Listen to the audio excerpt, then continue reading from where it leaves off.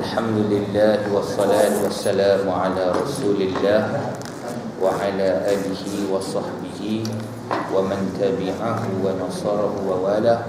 Asyhadu an la ilaha illallah wahdahu la syarika lah wa asyhadu anna Muhammadan abduhu wa rasuluh. Allahumma salli wa sallim wa barik ala sayyidina Muhammadin wa ala alihi wa sahbihi ajma'in. Subhanaka la ilma lana illa ma 'allamtana innaka antal alimul hakim. Rabbi shrah li sadri wa yassir li amri wahlul 'uqdatam min lisani yafqahu qawli. Allahumma iftah 'alaina futuhal 'arifin warzuqna fahman nabiyyin wa ilhamal malaikatil muqarrabin wa an tutliqa bihi an alsinatina wa an tufarrija bihi an qulubina wa an tashraha bihi an sudurina wa an tasta'mila bihi an abdanina rahmatika ya arhamar rahimin. Al-Fatihah. Ya kalam siratal mustaqim ghairil maghdubi 'alaihim waladdallin. Muka surat 73 nombor 5, urusan anak yatim. Muka surat 73 nombor 5, urusan anak yatim. Kalau kita rujuk ayatnya ialah a'udzu billahi minasyaitonir rajim fid dunya wal akhirah wa yas'alunaka 'anil yatama qul islahul lahum khair wa in tukhalituhum fa ikhwanukum wallahu ya'lamul mufsida minal muslih walau syaa'a Allahu la'anatakum innallaha 'azizun hakim. Pada perkara dunia dan akhirat, itu pasal dia sebelum tu. Mudah-mudahan kamu berfikir di dunia dan juga di hari akhirat, dan mereka akan bertanya kepada engkau daripada anak-anak yatim. Katakanlah memperelokkan keadaan bagi mereka, yakni anak yatim lebih baik. Dan jika kamu campurkan akan mereka itu, maka mereka itu ialah saudara-saudara kamu, dan Allah mengetahui orang yang merasa, yang berbuat jahat daripada yang memperbaiki yang berbuat baiklah maksudnya. Dan kalau Allah berkehendak nescaya ia menyempitkan, yakni memberatkan kamu, bahawasanya Allah Maha Kuasa lagi bijaksana. Baik, telah dikeluarkan oleh Abu Dawud, An-Nasai, Al-Hakim dan orang yang lain daripada mereka, bahawa Ibnu Abbas radhiyallahu anhuma berkata, apabila diturunkan ayat wala taqrabu malal yatimi illa billati hiya ahsan, itu surah Al-An'am ayat 152. Kalau kitab tak ada boleh tulis tuan. Dan janganlah kamu menghampiri harta anak yatim kecuali dengan cara yang lebih baik. Maknanya kita tak boleh ambil harta anak yatim sewenang-wenang. Yang baik tu maknanya dengan cara yang betul. Upah jaga boleh ambil, upah jaga, upah kita gunakan wang itu untuk pengurusan yang munasabah lah, maknanya yang munasabah. Contohnya, katakanlah saya ni bapa saudara kepada anak buah saya, yang mana lepas meninggal dia bapa dia atau mak dia sekali, saya uruskan untuk urusan harta dia yang dia warisi daripada kedua orang tua dia. Pasal dia kecil, dia tahu nak buat urusan tu. Jadi katakanlah saya berhak menjadi pemegang amanah. Urusan saya nak pergi turun naik turun, mungkin jauh pula, hartanya tu pula ada berkaitan dengan negeri-negeri yang di luar tempat tinggal saya. Itu yang kata pergi ke luar negeri uruskan harta pusaka. Rupanya luar wilayah persekutuan lah. Luar persekutuan, kalau tu luar negeri tu, maka situ ada dia punya kos-kos dia. Boleh, tak ada masalah sebenarnya, ya. Sama juga macam orang kutip duit anak yatim ni kan, katakan dia nak makan, dia nak minum, dia duit minyak, tak ada masalah, tapi dia kena ambil sekadar yang munasabah. Kita nanti kalau sampai pada surah An-Nisa, dia akan ceritakan kan, kalau dia nak ambil pun tengok. Kalau dia kata wa in kana ghaniyan falyastafif, kalau orang kaya maka elok dia elak-elakkan ambil, sebab dia dah ada duit. Orang miskin ni kan, dia ambil tak apa, kalau dia uruskan memang dia miskin kan, tak apa, dia boleh ambil, tapi dengan syarat ambil dengan jalan yang baik, iaitu billati hiya ahsan. Baik, jangan menghampiri di sini menunjukkan betapalah harta anak yatim itu tidak boleh sewenang-wenangnya untuk diambil. Macam Allah sebut wala taqrabuz zina, jangan menghampiri zina. Maknanya kalau Allah sebut jangan menghampiri harta anak yatim, maknanya begitulah sensitifnya harta ni. Sebab manusia ni kadang-kadang tuan-tuan, dia boleh beriman kepada Allah dengan melakukan amal soleh seperti beribadat, sembahyang, baca Quran, berzikir, puasa sunat sebagainya, tapi bila tengok harta benda, duit, wang, ringgit ni, dia jadi macam tu. Mungkin di situ orang kata dia boleh orang kata terus hilang kawalan nafsunya terhadap keinginan harta benda tu, maka dia tak ambil semua pun, dia ambil separuh, tak separuh pun sikit. Satu pernah berlaku di sebuah surau tuan-tuan, di mana dia punya bendahari ni sendiri ambil duit surau tu, dilaburkan dalam perniagaan, sebab dia tahu dah dapat untung balik, dia masukkan balik. Rupanya dia kena tipu. Dahsyat tu. Dia join pula dengan orang kulit hitam. Jadi dia bawa lah rumah saya tak tahu kisahnya, orang cerita yang pengurusi masjid yang menguruskan surau di bawah-bawah qaryah dia. Dia kata cuba scan dulu ustaz, kok dia kena pukau dengan orang kulit hitam. Baca-baca tengok scan, kata tak ada ni, bukan kena pukau ni, dia terpukau sahaja. Dengan tawaran-tawaran hebat tu kan. Ini kena hati-hati ya. Kena hati-hati. Betul. Saya mengajar kat UAE tu, kawan saya orang kulit hitam beritahu, dia kata kalau jumpa kulit hitam jangan berkenalan dengan dia. Memang banyak kan tak betul dia. Dia kata bukan saya kata, orang kulit hitam cakap ni, kawan saya orang Tanzania, sekarang dia tugas kat Brunei lah. Macam semalam sama juga. Tengah-tengah isi minyak, Assalamualaikum, minta kad, saya tak ada kad, saya tak ada. Ada macam-macam, bahaya dia orang. Last dia minta nombor akaun, itulah dia mula kan, cara penipuan modus operandi dia. Jadi dia samalah. Saya pun tak tahulah apa nama cuci duit macam mana. Dan saya pun tercuci pakai sabun ke apa ke.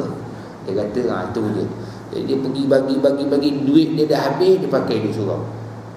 Itu saya kata bab duit ni memang kena hati-hati. Sebab tu Allah kata jangan kamu hampiri harta anak yatim ya. Pernah berlaku orang ambil harta anak yatim, Allah tunjuk bala dekat dunia dan sebagainya. Kita dengar macam-macam cerita.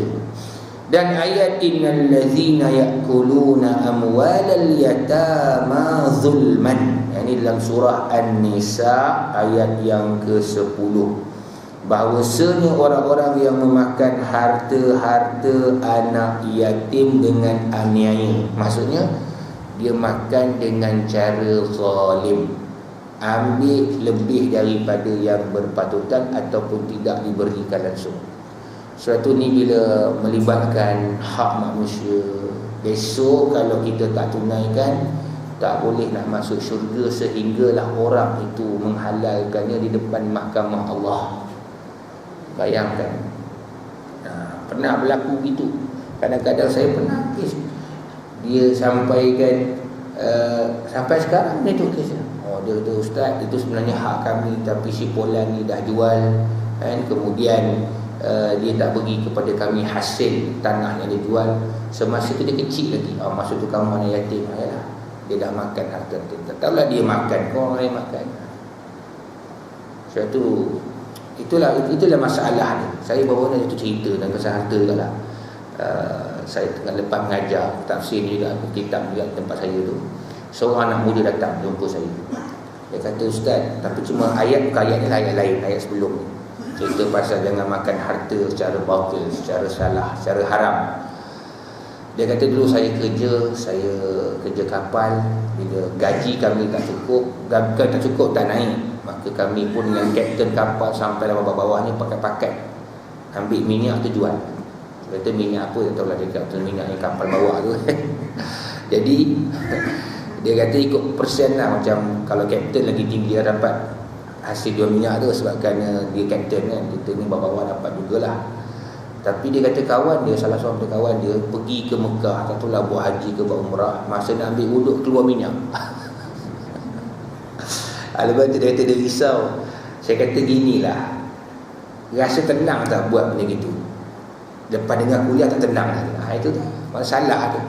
Dia tak naik gaji, mungkin dia ada hak tak naikkan gaji kita, kamu semua ni, sebab mungkin masa tu tak ada kelayakan, kita ambil juga. Kan? Memang ada setengah-setengah pandangan. Dia kata kalau orang tu tak bayar hutang kita ambil barang dia yang sama harga hutang yang tak bayar tu boleh. Itu pun kena ambil dengan cara aman, yang dia tak tahu. Tapi itu pun pandangan, bukan kita kata satu pendapat secara ijma' ulama' lah kan, jumhur kan, ya, pendapat-pendapat je. Jadi cara yang paling baik itu yang kena balik kepada perintah ataupun kita kata kuasa pemerintah kan. Orang ni berhutang sekian-sekian tak bayar, tapi itulah kita ni bila kadang-kadang kawan-kawan berhutang 3-4 ribu, kita tak buat surat apa-apa suratnya ni susah. Itulah kadang-kadang berarti benda jangan buat main dan tuan. Bila kita tak bayar hutang orang, yang kita duduk rumah sewa, kita tak bayar sewa, kita lari, memang takkan aman hidup kita, takkan aman sampai ke akhirat tu. Ni Al-Kisah sama juga cerita pasal harta ni lah. Kawan saya, jadi mak dia ni rajin baca Yasin tiap-tiap hari, orang duduk tak bayar sewa, betul lari. Jadi dengar cerita aksiden orang tu tapi tak mati, hidup menderita, sacat lah. Itu yang kata kawan saya. Dia ni orang kata orang tua duduk rumah tak ada buat apa, baca Yasin je lah. Bila baca Yasin doa, baca Yasin doa. Ini dia. Lepas tu jangan kita anai orang. Kadang-kadang setengah orang dia memang seronok anai orang. Dia buat dakwaan, aku pun susah. Itu dia. Ada orang yang baik tuan, ada orang yang baik. Jenis kalau dia susah, dia terang cakap, saya susah, saya nak minta duit sikit. Dia senang. Dia tak mencuri, tak apa, sebab dia bimbang hidup dia besok bukan dekat dunia je, dekat akhirat besok. Dia akan dipertanggungjawabkan. Tapi yang sikit-sikit tu yang cerita, jangan lupa juga yang banyak-banyak pun kena ambil. Yang 4 bilion, yang 26 bilion tu sama jugalah ceritanya kan. Jangan cerita 2-3 ribu je yang kita lupa yang 4 bilion. Ya, sama juga. Jadi ayat ni dia kata orang yang makan harta anak yatim ni, itu kisah dia yang akan diisikan dalam perutnya api neraka. Dalam neraka esok dia ambil api, dia masuk dalam mulut dia, masuk dalam perut, terbakar perut dia. Sebab yang dia makan dekat dunia selazatnya itu harta anak yatim, bukan harta dia, itu cara aniaya. Aniaya ni mungkin cara bohong, cara songlam, gelapkan, tipu dan sebagainya. Maka pada masa itu sekalian anak yatim dibiarkan. Kisah dia turun je ayat, 2 ayat ni, surah An-An'am dan surah An-Nisa yang saya bacakan tadi. Jadi para sahabat biarkan anak yatim dan diasingkan makan minum mereka. Sebab apa tuan-tuan? Kita ulang balik Sahabat dengar ayat jangan menghampiri harta anak yatim, mereka tak nak duduk sekali dengan anak yatim, makan pun berasingan, takut termakan harta anak yatim. Itu kebimbangan para sahabat, bukan menderhaka pada ayat Allah, bimbang, takut.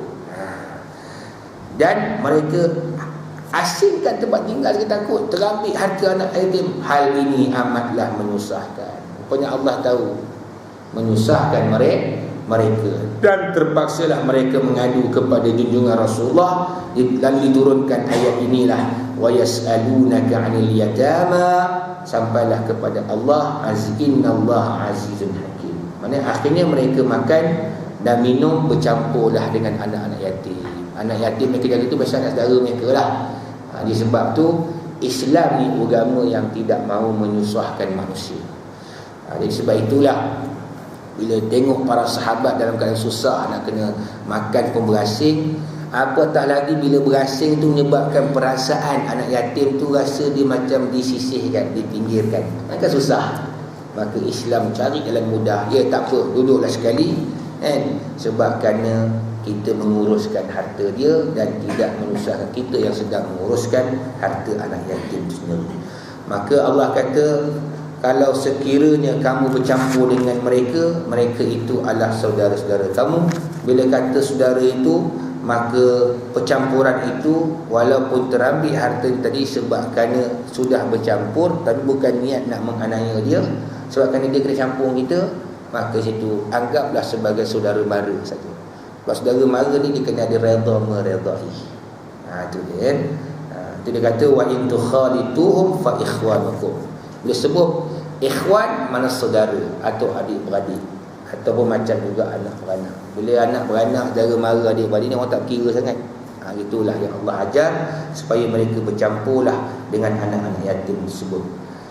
Jadi anak-anak yatim menurut terangan ini, ayat ini hendaklah diperbaiki hal-hal mereka itu dengan diberikan pelajaran. Itu maksud dia. Kita uruskan dia, wajib ke atas kita pastikan dia terdidik dengan mendapat pendidikan yang sewajar dan selayaknya. Yang sewajar selayaknya maknanya kalau dia umur 7 tahun hantar sekolah rendah. Kalau kita nak hantar dia sekolah pondok Raja Ulama pun tak ada masalah. Macam mana dibuka Darul Fuqaha dulu di Bangi tu untuk anak-anak yatim, anak-anak orang susah. Bagus. Bagi diorang pelajaran. Ya. Kemudian bagi yang sewajarnya, jangan kita hanya memberikan yang tak wajar. Pergi hantar sekolah, sekolah biasa je, tak hantar sekolah agama, tak reti dia baca Quran, tak reti dia ilmu agama, tak boleh. Salah kita bertanggungjawab kita ke atas dia. Macam juga kita bertanggungjawab atas anak-anak kita. Ada orang tuan dia tak boleh hal Quran ni. Anak dah besar panjang, Quran tak dibaca ada tuan. Sebab itu mendidik anak ni, biar daripada dia kecil lagi, biar dia kenal apa itu Islam, apa itu Al-Quran, apa dia iman, apa dia kufur, semua kena ajar pada mereka. Macam mana para sahabat mengajar anak-anak. Itu kadang-kadang bila anak tu dah tua bangka, kita rasa nyesal. Ada setengah anak-anak tu mak bapaknya bismillah masya-Allah, elok ke surau, elok ke masjid, 5 waktu berjemaah. Tapi bila sampai ke rumah tengok anak dia, itulah rupanya kata orang berak. Itulah rupanya. Kita masuk rumah tutup aurat pun tak sempurna. Sebab apa? Dulu tidak mendidik dengan sebenar-benar didikan. Tapi bila dapat dah kesedaran, dah ada sedia kesan. Inilah di antara dosa kedua orang tua, yang kita sebagai kedua orang tua mesti rasa runsing bila anak tidak terdidik dengan didikan agama. Kena rasa runsing. Sebab apa? Kita bertanggungjawab depan Allah Ta'ala. Kita jangan kira kederhakaan anak, kita kena kira kederhakaan kita kepada Allah Subhanahu Wa Ta'ala. Lain kalau kita dah didik betul-betul, tapi dia tidak terdidik, itu bukan salah kita. Yang saya cerita ni anak yatim, sebab Allah ajar kita macam mana anak kita, begitulah anak yatim yang kita jaga. Siapa yang wajib jaga anak yatim ni? Kalau itu anak buah dia, bapa saudara dia wajib jaga. Jangan diserahkan pada orang lain. Kecuali kalau dia memang papa kedana. Dan aku nak jaga pun tak boleh. Aku kais pagi tak makan pagi, petang kau makan. Malah. Jadi kalau kais pagi makan pagi okey lagi. Ni kais pagi makan petang. Sial tengok. Bila kais petang, besok pagi pun makan. Itu tak apa. Kan? Sebab itulah kita kalau nak besar pahala, kan, kita kumpul duit buat satu rumah anak yatim. Ya. Tapi itulah yang sedih kadang-kadang, yang buat rumah anak yatim ni siapa dia? Kan? Penyanyi, pelakon, duit yang semua memang tak halal. Bayangkanlah. Budak-budak ni kalau tidak terbiar gitu, dia orang lah. Ya tak? Orang macam tu yang boleh buat ni, sayang. Kalau ada pula badan-badan NGO Kristian yang bukan Islam, kalau buat habis dia di Kristian dengan budak-budak tu, na'udzubillah min zalik. Lepas tu kita kena ambil berat soal-soal itu. Saya faham kadang kita zaman sekarang macam-macam kan. Bila orang kumpul kadang-kadang kita tengok masuk bentuk apa ni, dalam besok dalam sinar harian lah, dalam Kosmo punya penipuan. Itu dah kita fobia kadang-kadang. Lepas tu patutnya badan-badan seperti ini, dia mestilah badan-badan dapat meyakinkan orang yang memang dia benar-benar betul, benar, memang nak bantu anak. Faham? Ada kali jumpa kat Kuala Lumpur sejak anak saya kecil sampai sekarang anak saya sudah umur 17 tahun. Masih ikuti dana lagi. Terkejut kita. Takkan tak siap pergi mana yatim. Ada tu tuan. Tak terkejut kita. Mungkin selama hari ni itulah. Digunakan surat tu, tabung tu, gambar tu kan. Kena hati-hatilah. Memang kita nak menderma kan, nak bersedekah. Sebab itu macam mana kita lihat yang betul-betul ada tu memang ada. Betul, saya dulu tuan-tuan kalau sekadar fuqaha selalulah buat program masa dululah. Tarawihnya, kuliahnya masa Ustaz Khairuddin, kita YB sekarang lah, Datuk Dr. Khairuddin At-Takiri tu kan, YB Besut. Kuala Nerang kan. Terengganu ah. Nerus kan. Kuala Nerus. Saya pergi, subhanallah, itu betul. Lepas tu ada sekarang satu tempat memang betul tuan, dia buat betul-betul untuk bantu anak-anak yatim, untuk bantu orang susah.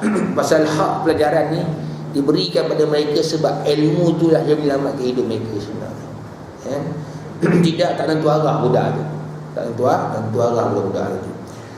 Pengetahuan-pengetahuan yang menguntungkan mereka di kemudian hari serta dijaga. Boleh tak kalau kita hantar mereka pada kelas-kelas kemahiran yang besok mereka boleh survive untuk hidup sendiri. Mungkin dia tak ada harta, mak bapak dia meninggal tak ada harta, kita bela dia, nah kau belajar sungguh-sungguh, besok jadi orang pandai, boleh survive hidup sendiri, tak ada masalah. Bagi hak pelajaran tu untuk dia. Baik, dalam segi memberi hak pelajaran ni, ini comparison, bukan menyokong, tidak, kita kata perbandingan saja, bukan menyokong. Macam kerajaan yang menganut faham sosialis. Sebenarnya dalam Islam dah ada cumanya kita tak kata Islam ikut sosialis, tapi yang betulnya sosialis itu ikut Islam. Contohnya di Libya kan. Libya dulunya masa zaman Muammar Gaddafi ni, hak pelajaran ni untuk rakyat. Maknanya kalau rakyat tu miskin, tak sempat nak ke sekolah, dia benarkan belajar waktu malam.